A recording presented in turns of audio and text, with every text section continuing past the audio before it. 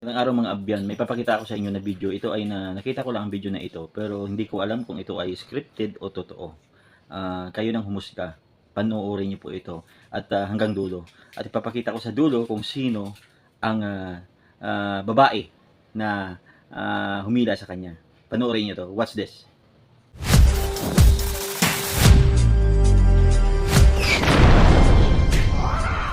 Medyo masama yung panahon. Nakikita nyo naman, maulap yung kalangitan, yung agos ng tubig ay medyo madumi at rumaragasa. Bali, ang building na ito po ay itinayo noong 1980s, pero ngayon wala na siya, ipinagiba na siya nung mga may-ari. Kaya ito na lang po yung madadat na natin. Yan. Giniba na po siya, ilang perasong semento, tambak ng lupa at mga puno na lang yun nandito. Nawala na yung 3-story building na tinatawag nilang haunted mansion.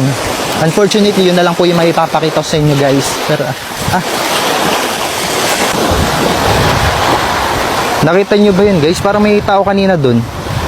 Biglang nawala. Teka nga lang, titingnan ko.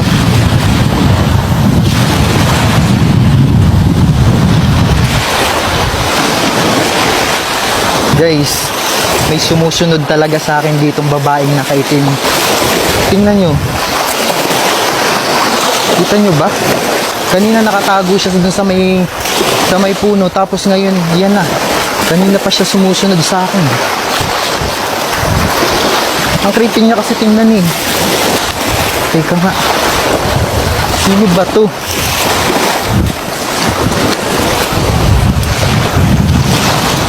Ate, anong kailangan mo?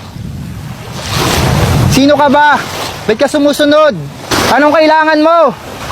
Natakbo na, hinahabol na ako.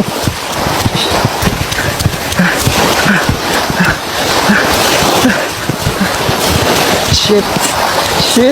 Shit. Putang ina. Shit. Shit.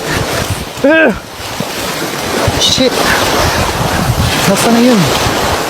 Nawala.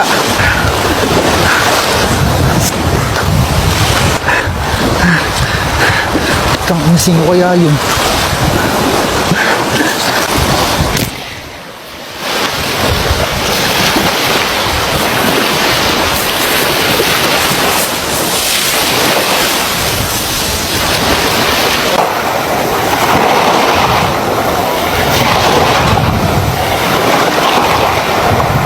Mga abyan, nakakatakot, diba? Nakita nyo naman.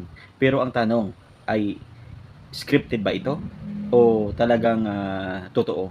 Pero kung totoo ito, sino nag-upload ng video? Yung babae? Babae ba talaga?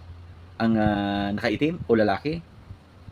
Hindi natin alam, diba? Pero nakuha ko to ng screenshot sa huli, sa pinakadulo. Kayo nang humusga. Ito na, papakita ko sa inyo ang screenshot.